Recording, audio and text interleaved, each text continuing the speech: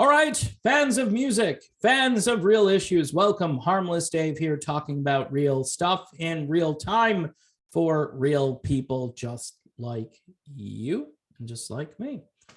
All right, so holy crap, Batman, Eric Clapton. Just holy crap, Batman, that's all I got. It's amazing what's being done to the guy they once called God with a small g, obviously. But it's just amazing. Here's a headline that I read about Eric Clapton. This is a recent article. Eric Clapton allegedly used voodoo to steal George Harrison's wife.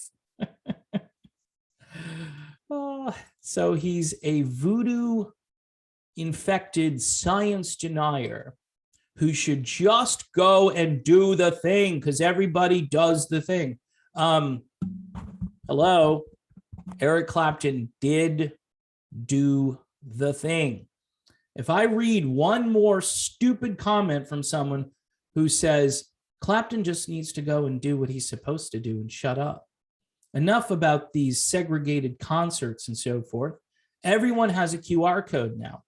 And when people last year started talking about how the new normal had arrived, and it wasn't going anywhere anytime soon, and they were called tinfoil hat wearing conspiracy theorists. Well, guess what happened? So far, they've been right. And I pray each day that this will end. It's kind of like, you know, that hurricane a couple of years ago that stalled over the Bahamas, right? I know, tortured analogy. It stayed there. It was caught in the jet stream. Two forces were keeping it stationary. And that thing sat over, I think it was the Grand Bahama Island, something like 37 hours straight. All right. And the place was just wiped out. And those people were praying, probably the ones that remained, they were praying, please stop.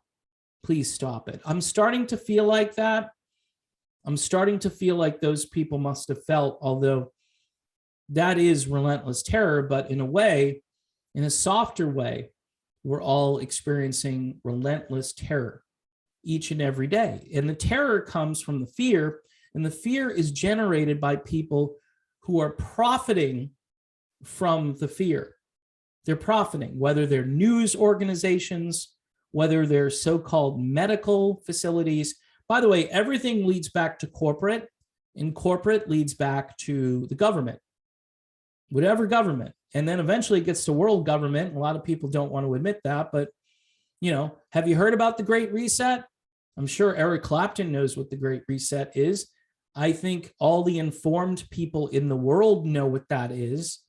And those people are very scared because their future does not look so bright. It looks as though control, which is obviously being used here, is going to be, and by the way, if you say this on blabberhead.crap, right? If you say something like this, if you're a musician who believes this, right? And you make a statement, because I read articles all the time. Many of these musicians I don't talk about because I don't know who they are, but it's what they cover over there. And some of them go off the grid and make crazy statements. And they'll say things like, you know, it seems like there's all of this control and power, and this isn't about health, and it's not about, you know, getting people better again, because, you know, you read data and it shows the before and after, the before the thing and after the thing. And I read one study that, in fact, it was an article in a mainline paper like the New York Times or the Washington Post, where it says, man has done 3 things and 1 booster thing, and he still doesn't have any resistance to this. And then people just line their kids up at Walgreens. Kids. All right. I'm thinking this is like, I don't know, you bring your kids to the altar, you lay them down, and you say, here, you take them now. You take them. That to me, it's sickening. Child abuse. And Eric Clapton, who lost a child, a horrific way, by the way, to lose a child, is constantly being berated because he doesn't want to go along with the protocols. And the reason is, again, my restaurant analogy, which I said I wouldn't use anymore, but Clapton went to the restaurant, had bad service, had a bad reaction to the food, and said, you know what? I can't recommend this to other people. That's it. That's the tortured analogy.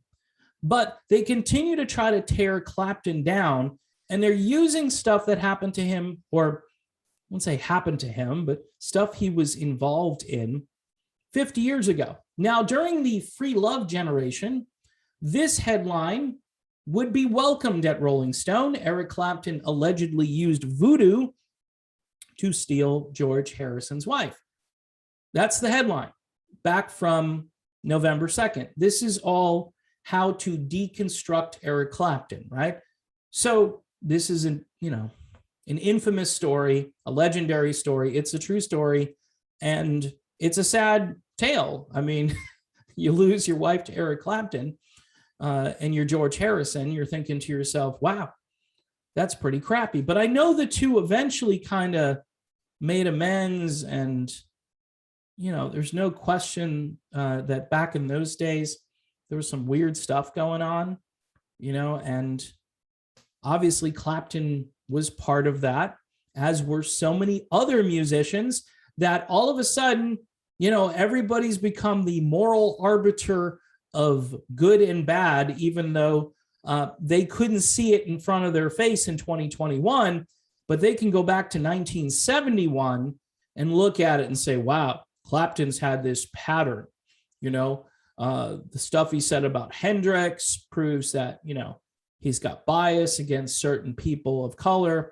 And then, with this instance, it proves that he's a home wrecker. And then it just goes on, later on in the 70s, other stuff happens. Clapton is a much older person now, and most people would say he's a different person. So because he decided to reject the prevailing daily relentless onslaught of dis and misinformation. I'm just going to say it because it is. Because if you're having a problem and you record that problem, then you are your own investigative reporter, and you know that you're right because you experienced something. Their job now is to tell you you didn't experience that. Nope, that was something else. It's all in your head. I've read reports where kids are having problems, multiple problems, and the doctor is saying, well, you know what? We can't find anything. We can't find anything. We think this is all in your head. We think this is some kind of psychosomatic illness that is tied to fear. Now, imagine being, that sick where it's all tied to fear, right? However, I will say this. The fear, I know, is probably creating other problems for people because it's, again, relentless and it's an onslaught. And I go into Walmart, right? And on the loudspeaker, they're telling me how I need to go over to the pharmacy because a new shipment came in. And if you haven't heard about this is this amazing thing that's going to fix all your problems, except you're going to need another one. And then you're going to need another one. And I think they just announced for some people, you're going to need 4 or maybe 5. They don't know. It's like the people with the medical devices. They said, I'm going to do 2 because the good little emperor there, he recommends 2 now. He didn't recommend any at the very beginning, but now he recommends 2. And me, being a little bit on the critical thinking side, says, well, wait a minute. How'd you go from 0 to 2? And you said this might make you feel good, but it doesn't really do anything for you, which I think was the truth. But then he says, oh, no, I was saying that to people so, the medical folks would have enough PPE. Okay, thanks for lying to the entire country and the world about something that's kind of important. But, you read headlines like, Eric Clapton used voodoo to steal Harrison's wife, or Eric Clapton said disparaging things about Jimi Hendrix in 1969. And you're thinking to yourself, okay, he just released a video of Black Magic Woman. By the way, almost 1 million views on the Peter Green classic. Most people here in the States recognize the Santana version of the song, but of course, originally done by Peter Green and Fleetwood Mac, and Eric Clapton pays tribute to Green in the video. It has 961,000 views, and it also features somebody who should not be hanging around with Eric Clapton. And I'm talking about the incredible Nathan East, who is playing stand-up bass and is always fantastic. I guess he didn't get the memo about Clapton. I think the folks over at Rolling Stone need to maybe, I'm sure they have Nathan East on speed dial. Maybe they should give Nathan a call and say, hey, did you hear about Eric Clapton? You shouldn't be hanging around with him. He is toxic. And he's been toxic now for at least a half a century. And everybody knows that. And you need to just, go somewhere else, hang out with someone else who's not Eric Clapton and who's done the thing and who celebrates it each and every day. Even though the diminishing returns, and it's been published all over the place. And people just continue to, it's weird. And this is why I think it's a cult. But it's a literal cult, folks. It's not me. This isn't a metaphor. This has to be the greatest psyop that's ever been done. And look, it's military grade psyop. And they've known about this stuff for years and how to do it and how to implement it, to create advocacy. Here's a little something, and maybe I can say this without actually saying it.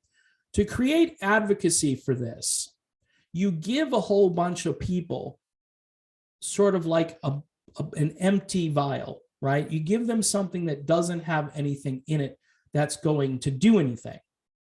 And then you give a small percentage of people some of it, just, a portion of it.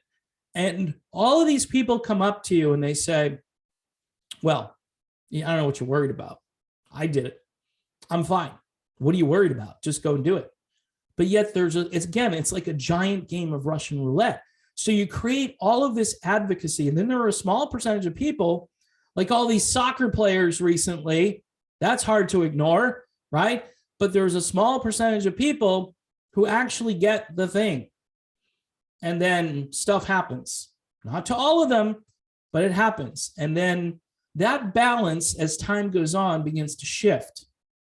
And this is a theory, and we'll know maybe by next year or the year after. I mean, this is a long-term plan because these people are patient. They want to remake the world in their image. They're going to be patient.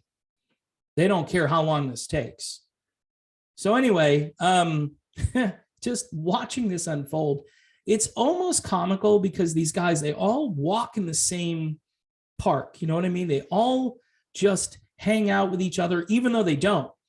Somebody on the other side of the world can have the same perspective as somebody that they have never met, but they walk in lockstep. And then we all think, is this just a giant conspiracy? And it might be, but it's because of the worldview.